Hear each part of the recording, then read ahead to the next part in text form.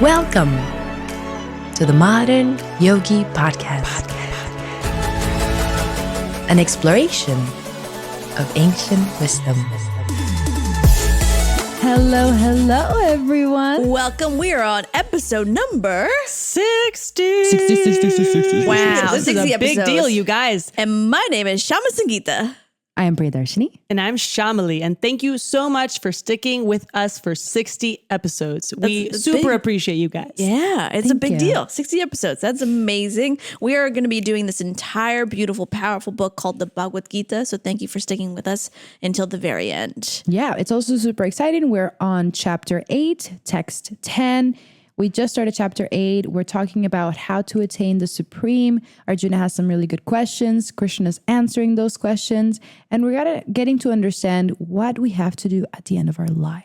Right. Yeah, this entire chapter thus far has been just a giant Q&A session, and I'm here for it. I'm here for it. And I mean, each time is nice because we go filling in the puzzle that is Krishna, understanding a little bit more about him, how he's the smallest of the small, and yet the most expansive. He's everything you could imagine. So we're starting to add a little bit of the details of who is this mysterious being that is Krishna. Yeah. And for the context for this episode, for text 2, Arjuna asks this really big question: how can those engaged in devotional service know Krishna at the time of death, or remember Krishna at the time of death? And so Krishna is still answering this question even in this episode, and we're going to be starting with text 10, the continuation of his answer to that very question. Beautiful. All right. Invocation prayers. Let's do it. Om Jnana Timirandasya Jnananjana Shalakaya Chakshurun Militam Yena Tasmai Shri Gurave Namaha. Translation: I was born in the darkest ignorance, and my spiritual teacher opened my eyes with the torch of knowledge. I offer my respectful obeisances onto them. All right. So chapter 8, text number 10. My dyslexia crept in right there. Chapter 8, text number 10. Priyadarshini. 1. Oh, this is Krishna speaking, by the way. Yes. 1 who at the time of death fixes his life air between the eyebrows, and by the strength of yoga with an undeviating mind engages himself in remembering the Supreme Lord in full devotion, will certainly attain to the Supreme Personality of Godhead. Spog. The Spog. Okay, so at the time of death, again, we talked about how important it is to focus on Krishna. And Krishna is actually telling you, like, line by line by line, exactly what we need to do. Yeah. Yet at the same time, I think the purport clarifies that a pure devotee does not need to practice this yoga because we're always engaged in Krishna consciousness. So at death, for us, we can just remember the Supreme Personality of Godhead by his grace. But if you did practice it, it would be helpful because it's just another method, like it's just another practice to control the mind and to help. Because as we said in the previous episodes, text, when we're at the time of death, whatever that death looks like for any of us, it is difficult. Right. It is hard to focus the mind. It is hard to forget or refocus the pains of the body into a different kind of consciousness. Right. So basically, I think Krishna is giving that alternative for yogis in general and saying the way to do it is to fix their life air between the eyebrows. Because The reason why? it basically says this practice of this type of yoga in the text is called Sat Chakra Yoga, involving practice, meditating on the 6 different chakras. So that's why, like, if you do yoga, okay, do this, but it's not absolutely necessary to attain Krishna's abode for a devotee. Right. We can practice bhakti yoga. But it still says without practice of yoga, whether it's Sat Chakra Yoga or bhakti yoga, one cannot come to the transcendental state of being at the time of death. And we can't suddenly remember the Supreme Lord at death. One must have practiced some sort of yoga system, especially, they say in the purport, the system of bhakti.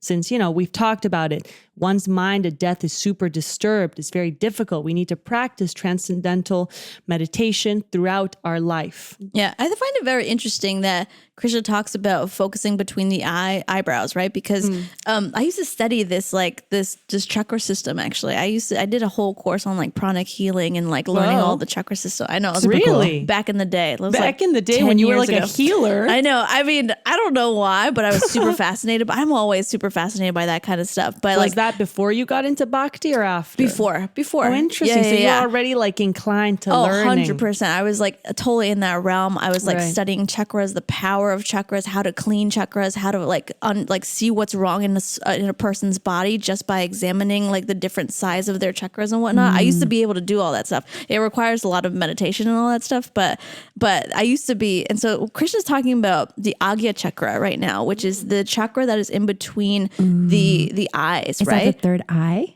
Yes, essentially Interesting. that is like the portal to different dimensions. That is the power to like see things in the past, see things in the future. Some people who are like super evolved already have this chakra super heightened, right? And they can see like different dimensions and whatnot, right? They can see what's going to happen in the future, right? Very, very powerful, very rare quality. And a lot of people cultivate it through meditation. And sometimes they can cultivate it just by like being born and they just have those powers. What's interesting is Krishna's talking about this particular chakra. And it's very powerful chakra used for meditation, right?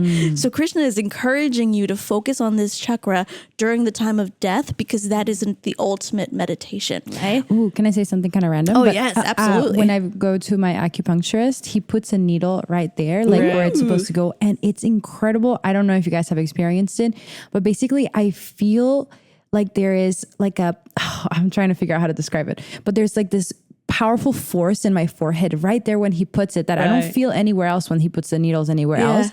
And then it gives this like calming effect. Wild. And then my mind is calm and it's peaceful. And so that I just think that's so cool. And probably part of why if you focus on 100%. that, then you go into a peaceful mind and therefore you can focus on Krishna. 100%. All these chakras throughout our body are so powerful, right? Like we're going to talk about the top chakra, the crown chakra, right? Which is used for like elevation, liberation, meditation. But like this, the forehead chakra, like all these chakras actually, if we know how to use them, like we can use them towards the service of Krishna, right? And so like that, I want to do the acupuncture thing. You should. Yeah. It's really cool experience. And I do think it fits very well with this text because it's kind of like clearing the mind so that you can think of Krishna. Yes. So if it maybe by yogic meditation, you can achieve the same experience or probably better experience than my acupuncture and therefore be able to focus your mind in Krishna. And remembering Krishna. You know, when you did the whooshing motion of like what it feels like when you put the needle there, my mind just jumped to, and I'm sure I've told this story before when I was like, after breaking my back, I was in the helicopter, immense amount of pain. And I didn't know at that moment if I was going to live or die. I just knew I can't breathe, can't move my lower half of my body. So that's when I closed my eyes and I started chanting and I felt this zoom, this absolute release, and that I just got into a very peaceful place. I wasn't consciously thinking of that point in between my eyebrows. Was it physical or like more spirit? Like, was it a physical feeling? I mean, it might have been, but in that moment, I was thinking of the spiritual side. I was kind of like trying to let everything go, or I wasn't even trying. It just kind of overcame me. So when you did that motion, I don't know, my mind just jumped to that place, and I felt like I entered a zone, let's say, or a dimension where I just kind of like, I almost saw like tendrils that were the material realm, just zoom, the tendrils kind of flying back. I don't know. It was just a feeling, you know? So I think it was a physical sensation, but that wasn't my focus. My focus was on like, okay, I might die right now. Let me just kind of really try to chant now. So I closed my eyes and everything that had been like the weight that we carry of life on our shoulders, it just zoom, let go, you know? And things that had been bothering me the day before that I was carrying, just everything, like I said, tendrils of the material realm that zoom, faded away, and I just let it go. So when you did that motion, I kind of jumped back to there. So while I might have not been consciously thinking of that, it makes sense where that's kind of like the third eye is there, and that is, even if you don't practice that type of yoga, as practicing bhakti yoga practitioners, we might have similar effects, you know, of all of that. It's true. I mean, the chakras that we have in our body are super, super powerful. And I think that at the end of the day, like Prabhupada is talking about just like focusing on Krishna. And I think what's important is this line that says with an undeviating mind. And that comes back to like this fickle monkey mind that every single day that we have to deal with. But if we learn how to bring it back, how to restrain it, how to bring it back to the service of Krishna, that's how we can make our mind more and more undeviated, right? Like Yeah. we're deviation essentially means it's like running out of control, right? It's like a goat that is like without a leash and it's just going around town. Right. Our producer can do a really good goat sound. Can you do a goat sound for us? Right? It's like a goat without a leash, right? And that's like our undeviated mind. Boom, did it. She really was trying to put in the goat sound. set him up. She was trying to set him up so he can make that Nailed noise. it. He does such a good goat Good job. You sound. should do it one more time. Completely irrelevant. Goat But you sound made it in work. Bhakti, Made mic it drop. work. Stuck the landing. Yeah, stuck the landing. You know, they keep really honing in on this point about how uncomfortable death is. And I just want to really talk about this a second, because I know a few episodes ago, Priya had made a point about, we hear these words and okay, we hear them. They might be like death, disease, blah, blah, blah, old age. But just let's pause for a second and really think of the weight of what that means at the time of death. And my mind can't help but go to my spiritual master, Kadamba Swami, who recently died, and I was in the room watching that. And someone with that level of surrender was such an example to watch, because he had stage 4 cancer. He was essentially being eaten alive on the inside, talking about bodily discomforts here. And he didn't want to take a single ounce of painkiller, not even like Advil, to disturb his consciousness. So he was being eaten alive on the inside, yet to the very end, he stayed so focused on Krishna that I might have mentioned 30 minutes before he passed away, he rolled onto his back on the bed and stretched his arms, and he was smiling, but so blissfully that on that level of pain, most people wouldn't be smiling. A doctor had inspected him before he passed and said, it is like the amount of pain that he has is like a level 9 or 10 out of 10, like humanly impossible that he is not taking any painkillers. And he like bowed to Kadamba Kanamars, the doctor, because he said, I can't believe what you are doing right now. So I think of him when I think of this verse, that achieving that level of focus on Krishna, on your goal, he was already there. He was in the other realm, but not be disturbed by the bodily discomforts, to me shows that he practiced it throughout his entire life. Yeah.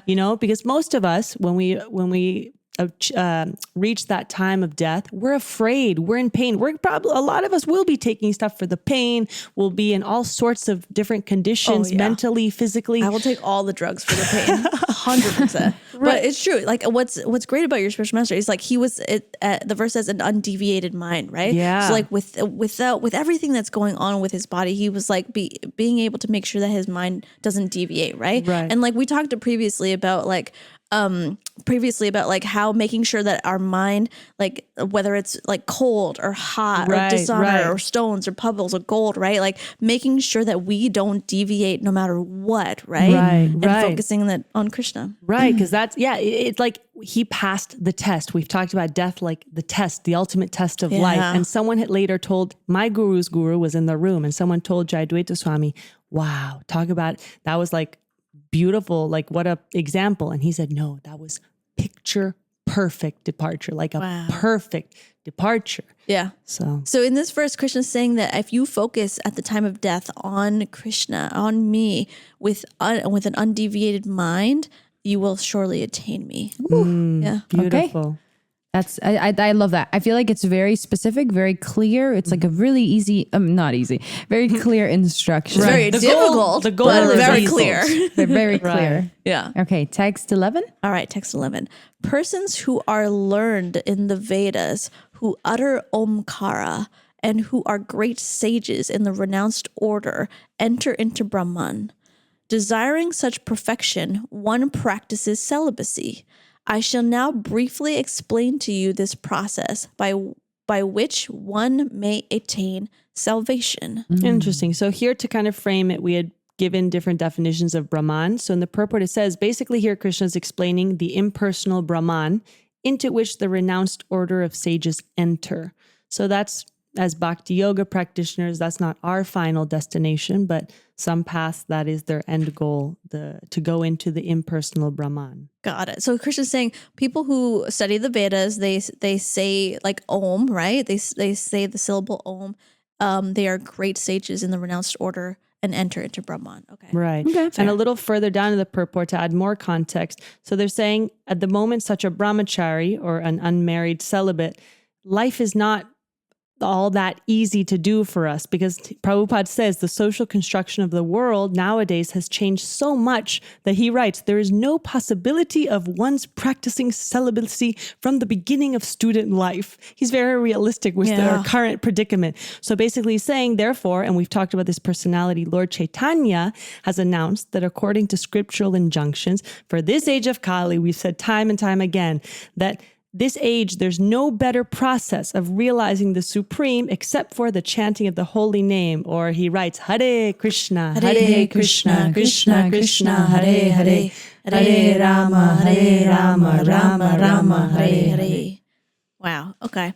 And then, so desiring such perfection, one practices celibacy, which you talked about, Shamali. And now Krishna will explain to us the process by which one may attain salvation. Oh, do tell me that, Wow. Krishna, please. I'm at the edge of my seat. This is great. Anything else on this text? No. All right. Yeah. All right. Text number 12, Shamali. The yogic situation is that of detachment from all sensual engagements, closing all the doors of the senses and fixing the mind on the heart and the life air at the top of the head, one establishes himself in yoga. Ooh. So Interesting. Is this path particularly like the meditative path for yogis? Yeah, here Or they... sages? Because it does seem like, right, with this and the previous text, Krishna's describing different ways that aren't necessarily our path of bhakti yoga, but it does add some context. The purport says, to practice yoga as suggested here, one first has to close the doors to all sense enjoyment. This practice is called pratyahara, or withdrawing the senses from the sense objects. And I like how they say here, the sense organs for acquiring knowledge, they frame that nicely, are the eyes, ears, nose, tongue, and touch. So they, instead of saying those are just our senses, there are the organs meant for acquiring knowledge, and they should be fully controlled and not allowed to engage in different distracting things and sense gratification. So, but yeah, this isn't necessarily our path of bhakti. So I'm not, I guess it's not practical in this age. Yeah, exactly. So I think this is kind of like for sages and things like that. And, you know, you can try it, but like it's easier to go with the bhakti yoga. Yeah. Right. And what's interesting is like, I want to talk about the chakra element again, right? Because Krishna is talking about different chakras, right? And he talks about for these sages and whatnot, closing all the doors of the senses, fixing one's mind on the heart and in the top of the head, right? Which is known as the crown chakra. That is the chakra known for liberation, right? If you can meditate on there, that is your like a teacher once introduced it to me as like the thread that goes from the top of your crown chakra goes to the lotus feet of Krishna, actually, right? So that beautiful. it connects you right through. That's the part of the body that we connect to, actually. That's so The sweet. crown chakra. Very nice. All right. Anything else before we go to check text 13? Let's do it. yeah, text 13. Is that Who's that? me? Like a brain fog entered all of us. I think Yeah, that's me. Priya. Oh Okay. my gosh. Wow. After being situated in this yoga practice and vibrating the sacred syllable Om, the supreme combination of letters, if one thinks of the Supreme Personality of Godhead and quits his body, he will certainly reach the spiritual planets. So they're saying I'm picturing this. Okay, this is talking about like sages, right? So first of all, you're celibate your whole life, you go into, and then you like just focus on meditating the syllable Om, right? Like that's kind of the visual Krishna's painting. And then he's like, if at the time of death, this is the practice you do, you will attain me. Yeah? Right. Yeah. The Prabhupada says that the impersonal sound of Krishna is Om. So I guess the personal sound would be the Maha Mantra. Right, because here's kind of in the purport saying that Om, Brahman, and Lord Krishna are not different. They're just different energies. So while some might want to enter into the impersonal Brahman, our final goal is the personal form of Krishna.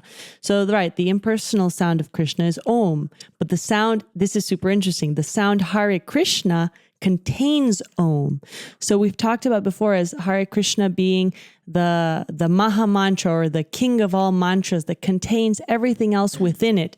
Now, I don't hear necessarily Om I was within literally Hare thinking, Krishna. I was like, Hare Hare Om Om Krishna. I'm trying to figure But it maybe out. like what? Let's brainstorm a second. Maybe why they say it contains it is like in the meaning, right? Yeah. Because in the literal sound, Yeah, I because don't it's the see name that. of Krishna. So Omkar is the name of Krishna, right? Right, Yes. right. And so in the same way, it's Krishna's in there, Rama's in there. You know, Right. like, so Exactly. So all the meaning, all the personalities we're invoking, glorifying, asking to be servants of, they're contained in this included. Maha mantra, the king of all Yeah. mantras. So they say, right, if one quits his body at the end of life chanting Hare Krishna, then he'll certainly reach one of the spiritual planets according to the mode of his practice. So, Yeah. right, there's different planets, different modes of practice. The devotees of Krishna enter the Krishna planet, Goloka Vrindavan. But for the personalist, there are also innumerable other planets known as Vaikuntha planets in the spiritual sky where the impersonalists remain in the Brahma Jyoti. So I think we can, what does that mean isn't for that- a second? Let's unpack it. Where the Vaikuntha planets are in the spiritual sky, where the impersonalist remains in the Brahma Jyoti. So right, that's still not the topmost abode of Krishna in his personal form in Goloka Vrindavan. That's a lot to unpack right there. yeah. That's a lot. Okay, so how would you guys describe the Brahma Yoti? Brahma Jyoti is kind of like so say Krishna is the sun, Brahma Jyoti is the rays of the sun. Oh, I like that. Right? Yeah. The It's like the effulgence? effulgence off of Krishna, right? So- Yeah, but look- you have to remember that it's not Krishna himself. Right, I just looked it up in the glossary. Brahma Jyoti, the spiritual effulgence emanating from the transcendental body of Lord Krishna and illuminating the spiritual That's world. exactly what. The rays, Exactly. the rays Nice. of Very Krishna. nice. Nailed Yeah. it. Very nice. Hey, So basically, hey. what I understand from this is those that worship an impersonal version of Krishna. You know how we've talked about this before? How like if you are a devout follower of Jesus, devout Right. follower of Allah, You might Buddha, go to the Jesus who planet might or be- the- you might go to a heavenly planet Right. for the devout, so that you can enjoy the fruits of your labor in this life. But it's karmic anyways, and then you eventually come back. So it seems to me like in this sense, we're talking about the impersonalists because of what their practices are. They go to the Brahma Jyoti with the effulgence that they're kind of worshiping in a sense, and then they stay there until I guess they come back and try again. Yeah. Yeah. That's the gist of what I'm. Yeah, if you're a devotee of understanding. Krishna, at the time of death, you go to Krishna. But if you are worshiping a different form or an impersonal form, you go to that effulgence. Well, a different form might be different, right? Because they have the innumerable other planets in Vaikuntha, or as Priya said, heavenly planets, where you're in the spiritual sky and you go to maybe that abode, or depending on who you were worshiping. But then on the different realm, you have the impersonal side, right? Like someone who worshipped a personal form wouldn't go to the impersonal Brahma Jyoti, no? Yeah, yeah. Everyone goes into what they're into, The category. right? So, like, you Right. love Shiva, you will go to a planet, Right. Shiva of Loka.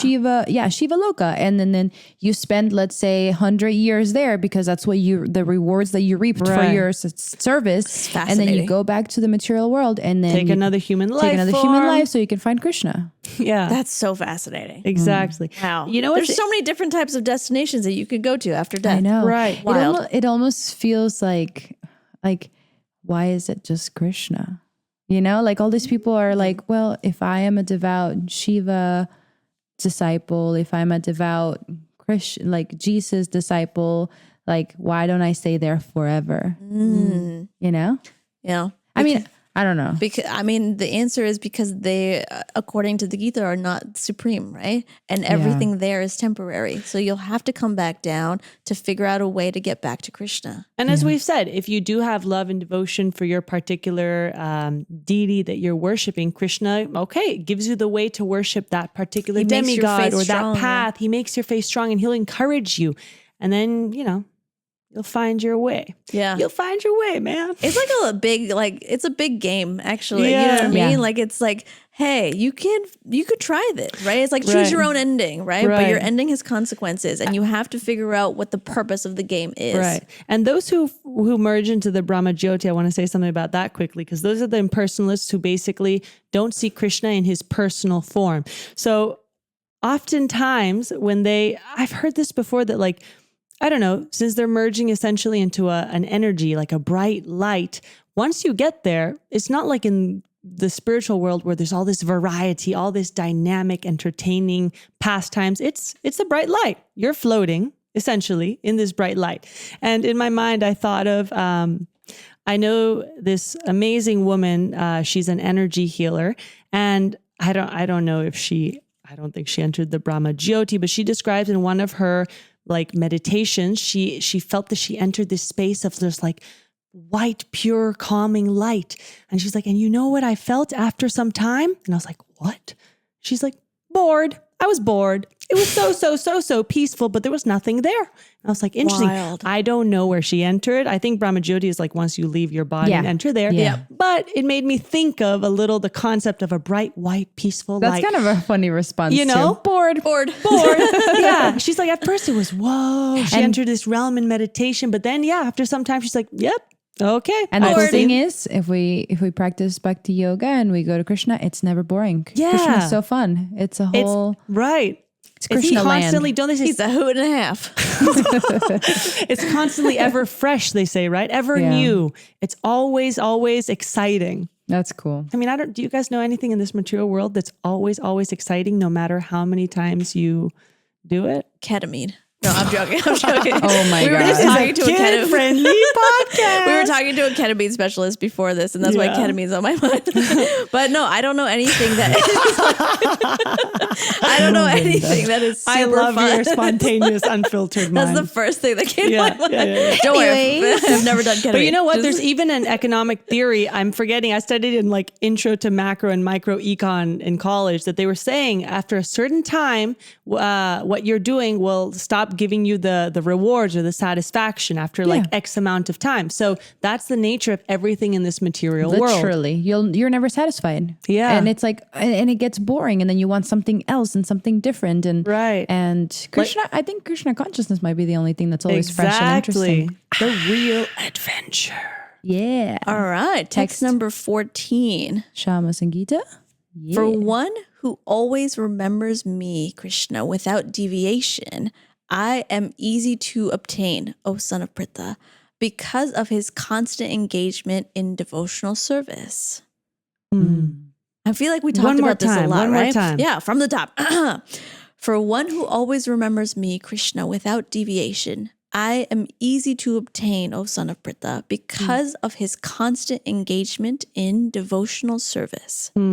So, right, basically this verse is describing the final destination, our final goal attained by those who are truly just surrendered servants of Krishna, of God in bhakti yoga. We want to achieve him, and hopefully, we'll use this human form of life to do something valuable with it. Yeah. What would you guys say, looking back on your life, like let's say Shama Sangita, you are 88 years old. You're looking back. What would you have to do in this life to feel like, yeah, I did everything I could possibly do. I can leave this world satisfied. Now that's a huge Why are you question. laughing? No, I'm laughing because it's an incredibly difficult question to I know. answer. As I said it, I'm like, okay, Wait. What do I look like at 88? Did I have a really good smoking hot, skincare routine? great skincare. Oh my Yeah. goodness. No Sorry, wrinkles. I forgot what the question was. See, I'm not ready. I'm not ready for liberation right now. Okay, what's the question again? No, and you can answer as like, I know it's a hard question to answer, but what type of a life even, doesn't have to be details. What type of a life would you have to live for you to feel like you can look back before departing from this world and feel like, yeah, I've lived a life that I can be proud of without any regrets? Material or spiritually? That's up to you to answer. Ooh, I think spiritually, I would have to take my spiritual service way more seriously. I would have to chant with more devotion every single day. I would have to lessen the material influences of pop culture and music in my life on a day-to-day basis, because I do love me some good T Swift and some movies and all that stuff. I would have to lessen that. I would have to make sure that everything that I do throughout my day, not just morning or evening, like throughout my day, I'm doing to serve Krishna, making sure Krishna has breakfast and lunch and dinner and water and flowers every single day. Like I would really, oh God, I would have to change my whole life around. All right, I'm gonna get on it. That's you so told sweet, me. Yeah. Shama, because you know what? While you were talking, what you said, the way you worded one thing reminded me of this story we just read. So in preparation for Rath Yatra, we were with my mom and like my spiritual grandma, we were reading the story of the Jagannath Priyanatikam. And in that story, there was one Shabara king, which the Shabaras are supposed to be like the pig herders. They're like in India, not a very high caste, so to speak. But he was worshiping Nilamadeva in the Niladri forest with such devotion that he would come to Worshipping the deity. who and the what? Okay, What? Krishna. Simplify it. Yeah. He was worshiping Krishna. Nilamadeva is another name for Krishna. Who was worshiping? A king. No. The Shabara leader. He wasn't even this opulent So, a king. village leader. The pig herderer leader. The pig herderer leader. Okay, got it. Exactly. Dear Lord. Which it wasn't a very high status. Yet the Lord was so merciful that he let anyone worship him with love. And when you were talking about make sure he's fed, give him a flower, just very spontaneously, the way you were wording that reminded me of the way it was worded in the text, that he would come up every day so excited to get to this place in the forest where this deity of Krishna was. And he'd be like, oh my Lord, it's so nice to see you. Did you rest well? Would you like any water? How are you feeling today? Can I get you any food? He was just so spontaneous with so much love, worshiping him. This was actually all the story then of King Indradumna, which is also the name of your spiritual master. So I'm sure you guys would love this story. But the way you worded it was like reminded me of the spontaneous love that this Shabara leader had of This pig herderer. This pig herderer just went and was so talking simple. to the Lord. Can I get you anything? I'll be right back. Let me go into the forest and get you some fruits and roots. And he would just pour his heart into talking to this form of the Lord. Yeah. And that's really what the Lord wants.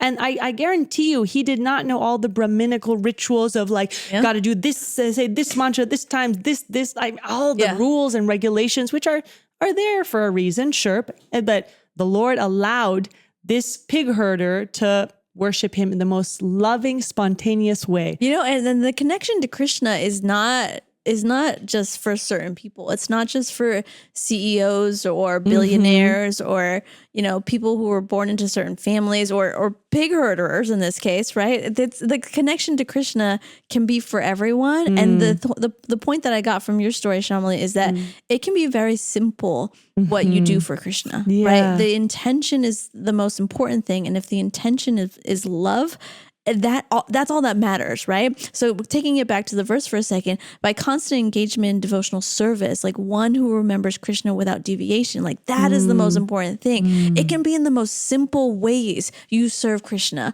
And it doesn't matter how much money you have. It just matters what your intention is in your heart. Exactly. I love that. That's so sweet. Yeah. I think Prabhupada takes this opportunity to say a lot of different things here in the purport. And he talks a lot about what Bhakti Yoga, right? Because basically Krishna is talking about this, right? Engaging in devotional service. And that's the path of Bhakti Yoga. And so he says, Bhakti Yoga is very simple. One can simply begin by chanting Hare Krishna. The Lord is merciful to all. But as we already explained, he's specially inclined towards those who always serve him without deviation. And so this is the first part, right? We just chant Hare Krishna and we like focus on the Lord and try to remember him at all times. And then there's this really fun part. I think this is where we've talked about this informally before and maybe even a little bit with the names, but there are 5 different ways that you can engage in Bhakti Yoga, right? So the first one is Santa Bhakta, and it's engaging in devotional service in neutrality. What would neutrality mean or look like? Maybe that's more of like the following the practices. You do the rituals, you worship, you service, like all these things kind of in a neutral way. The second one is Dasya Bhakta, and it's engaging in devotional service as a servant, right? So saying, Krishna, I'm your servant. I'm here to serve you. I want to do this, and that. I know people whose service attitudes are amazing. That's all they want to do. And it comes very, very natural to them. Right. They're always available to do service, right? Number 3 is Sakya Bhakta. And it's when you engage in bhakti yoga as seeing Krishna as your friend. I know Shama has said that she sees Krishna as her 100%. friend. I'm a whatever you said, Sakya Bhakta. That's what you said, right? And that's how I see Krishna too. And then number 4, it's Vatsalya Bhakta, which is when you see Krishna as your child or as your parents, right? So that relationship of parent-child relationship. And then number 5 is when you see Krishna as your lover. So like your partner, your right, you're like in a relationship with him in that way. I like that you, oh, sorry. Go ahead. I like that you broke it down because we've talked about it before, but it's always a nice reminder of there is so much variety in bhakti. It's not just love God, have a relationship with God. Okay, who is God? And then furthermore, we can have so many different types and forms of relationship with Krishna, you know? Yeah. And they say you get to such an elevated state that at one point your true eternal spiritual identity starts being revealed and you start having an affinity more towards one of these different ways, you know? And it's fun to feel, fun's not the right word. It's beautiful to feel more attracted to one of these. There was a teacher that at one point said, you feel Krishna as the lover? Wrong. You're just saying that now because you're either a woman or a man, or you feel him as a friend. Wrong. Because like he was kind of saying, not wrong, but saying don't get ahead of yourself. You're just right now maybe gravitating towards one of them because of your material body. But I still think it's nice to like when you identify with one of them. Right. It helps develop that relationship deeper, which is what the ultimate goal is, right? Right. I think at least for my mom, she always saw Krishna either as her kid or her partner. Oh, same thing with my mom. She always saw Krishna as her kid. And that might be like life stages, right? Maybe like right now we're at the buddy stages with Krishna and then eventually we'll see Krishna in a different way, but it just helps deepen that relationship. Yeah. Right. So it's cool that you can have a different type of relationship. You know what I mean? Like whatever the vibe is that you want to have with him, he'll vibe back with you. It's so important because also, sorry, Shamali. Go ahead. It's important also because as it's been stated many times before, every soul is individual. Right. Every soul is unique in their own way. And therefore we seek and are attracted to different ways of having a relationship with Krishna. Right. So, and it is a point that you said like, okay, maybe when you're a mom, you might feel like he's your child. Maybe now that we're young, we feel he's our friend or our lover. But beyond all that, there really is a point in the path where you have an eternal position that you are one of these in the spiritual realm with him. And the higher and higher you go and deeper you go into this path, it'll be unveiled to you, you know? But that's at a very, very high stage. So till then, we can all just enjoy what we connect with. Until then, just chant the Mahamantra. Just chant Hare Krishna. Yeah. And you know, I like how it says the Lord gives such a devotee sufficient intelligence so that ultimately the devotee can attain him in his spiritual kingdom. So that again highlights he gives us the intelligence. It's not that we with our own mind, intellect, and capacities can understand him intellectually, philosophically. If I study enough, my mind will get it. No, he gives us the knowledge and the understanding. It's by mercy. So I really liked that. All right. Anything else? Yes, one last thing. Yeah. One last thing. Not all right yet. It says the idea of constantly being engaged in devotional service and the idea of practicing bhakti yoga is so that we can always think of Krishna with devotion, no matter what time or place. But furthermore, is so that no matter where you are, you can create an atmosphere of being in like a holy place where Krishna is there. So like, it doesn't matter if you are driving or if you are in your house or if you're at the temple, Krishna's there and you hold a place for him because you're always thinking. Right. Or if you're pig herding. You know? It doesn't matter where you are. Or if you're at a goat factory, or sorry, not factory. I'm sorry, a goat farm. I meant farm. What would that sound like? I don't know what that would sound like. That was perfect. Stuck the landing. All right. And I like that you brought that up, Priya, because that's a very important point. Oftentimes, whenever we think, I have to just live in a holy place to be holy or spiritual, that is not true because, you know, some people say that, okay, we need to remain in holy places like Vrindavan or a town where the Lord lived. But like Priya was saying, a pure devotee can live anywhere and create that atmosphere of Vrindavan. And that's something that like Kadamba Maharaj emphasized so much, that we often hear, go to Vrindavan to recharge the batteries, but then come back into the real world and preach, spread this knowledge, Don't try to just, staying in Vrindavan is almost for your own self to I don't know, I want to stay in this little spiritual bubble. But beyond that, okay, stay in the bubble for a little, like touch the home base, recharge the battery, then go out and do something with it. And take it with you, because Vrindavan is not about just the place. It's about creating that sentiment within yourself, creating that environment so that you're so strong that you can create a spiritual place anywhere you go. Exactly. Yeah, because it was with what you're saying here, the next line, Sri Advaita told Lord Chaitanya, wherever you are, O Lord, there is Vrindavan. Ja. So I love that. Beautiful. I think that's a wonderful way to wrap that up. Yes. And so in the next episode, we will be on chapter 8, text number 15. And you know what's one sentence that's a really pretty way to wrap Yes, go crazy. No, it's just super sweet. A pure devotee cannot forget the Supreme Lord for a moment. And similarly, the Supreme Lord cannot forget his pure devotee for a moment. And that was so loving and so sweet. Very Beautiful. sweet. In the next episode, we will talk about chapter 8, text 15. Wonderful. All right. Thanks for joining, everybody. See you next time. Bye.